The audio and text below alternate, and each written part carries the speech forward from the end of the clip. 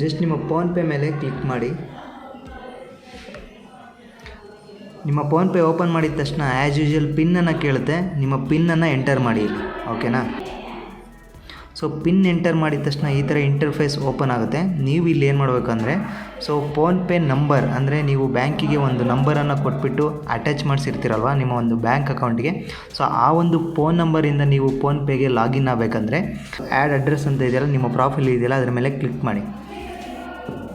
So ಅದ್ರ ಮೇಲೆ click ಮಾಡಿದ ತಕ್ಷಣ ನಿಮಗೆ ಕಾಣ್ತಾ ಇರ್ಬೋದು ಈ ಥರ ಇಂಟರ್ಫೇಸ್ ಓಪನ್ ಆಗಿದೆ. ಇಲ್ಲಿ ಬ್ಯಾಂಕ್ ಅಕೌಂಟ್ಸ್ ಅಂತ ಇದೆ.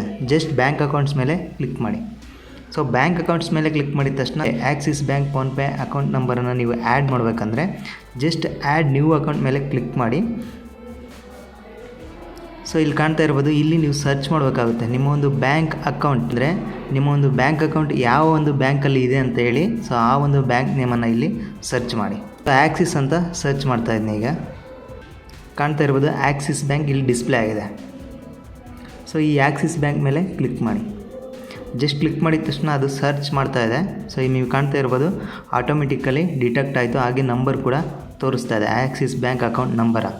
ಈಗ ನೀವೇನು ಮಾಡ್ಬೇಕಂದ್ರೆ set U P I pin ಅಂತ ಸೆಲೆಕ್ಟ್ ಮಾಡ್ಬೇಕು. ಇಲ್ಲಿ just set U P I pin ಮೇಲೆ ಕ್ಲಿಕ್ ಮಾಡಿ. ಸೊ ನಿಮಗೆ ಕಾಣ್ತಾ ಇರೋದು ಇಲ್ಲೊಂದು ಬ್ಯಾಂಕ್ ಅಕೌಂಟ್ ಬಂದು ಇಲ್ಲಿ ಕೂತ್ಕೊಂಡು ಜಸ್ಟ್ ಅದ್ರ ಮೇಲೆ ಮತ್ತೆ ಕ್ಲಿಕ್ ಮಾಡಿ. ಸೊ ನಿಮಗೆ ಕಾಣ್ತಾ ಇರೋದು U P I pin set ಅಂತ ಇದೆ. ಜಸ್ಟ್ ಸೆಟ್ ಮೇಲೆ ಕ್ಲಿಕ್ ಮಾಡಿ. ನಿಮ್ಮ ಎ ಟಿ ಎಮ್ ಕಾರ್ಡನ್ನು ಎತ್ತಿಟ್ಕೊಳ್ಳಿ. ಅಲ್ಲಿ ನಿಮಗೆ ಕಾಣ್ತಾ ಇರೋದು 6 ಡಿಜಿಟ್ ನಂಬರ್, ನಿಮ್ಮೊಂದು ಎ ಟಿ ಎಮ್ ಕಾರ್ಡ್ ಇದೆಯಲ್ಲ, ಸೊ ಅಲ್ಲಿ 6 ಡಿಜಿಟ್ ನಂಬರ್ ಇರುತ್ತೆ, ಲಾಸ್ಟ್ ನಂಬರ್. ಸೊ ಆ ಒಂದು 6 ಡಿಜಿಟ್ ನಂಬರನ್ನು ಎಂಟ್ರಿ ಮಾಡಿ.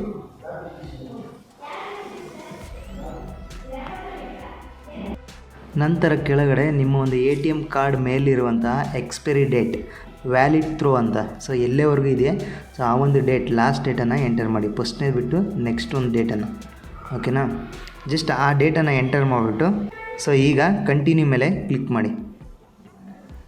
ಸೊ ನಿಮಗೆ ಕಾಣ್ತಾ ಇರೋದು ಇಲ್ಲಿ ಎಂಟರ್ 6 ಡಿಜಿಟ್ OTP ಅಂತ ಇದೆ. ಸೊ ನಿಮ್ಮ ಒಂದು ರಿಜಿಸ್ಟ್ರೇಷನ್ ಅಂದರೆ ನಿಮ್ಮ ಒಂದು ಬ್ಯಾಂಕ್ ಅಕೌಂಟ್ಗೆ ಒಂದು ನಂಬರನ್ನು ಕೊಟ್ಬಿಟ್ಟು, ಫೋನ್ ನಂಬರನ್ನು ಕೊಟ್ಬಿಟ್ಟು ಅಟ್ಯಾಚ್ ಮಾಡಿಸಿರ್ತೀರಲ್ಲ, ಸೊ ಆ ಒಂದು ಮೊಬೈಲ್ ನಂಬರ್ಗೆ OTP ಬಂದಿರುತ್ತೆ. ಆ ಒಂದು OTPನ ಇಲ್ಲಿ ಎಂಟರ್ ಮಾಡಿ. ಸೊ ನಿಮಗೆ ಕಾಣ್ತಾ ಇರೋದು OTP ಬಂದಿದೆ. ಸೊ ಈ ಒಂದು OTPನ ಅಲ್ಲಿ ಎಂಟರ್ ಮಾಡಬೇಕು.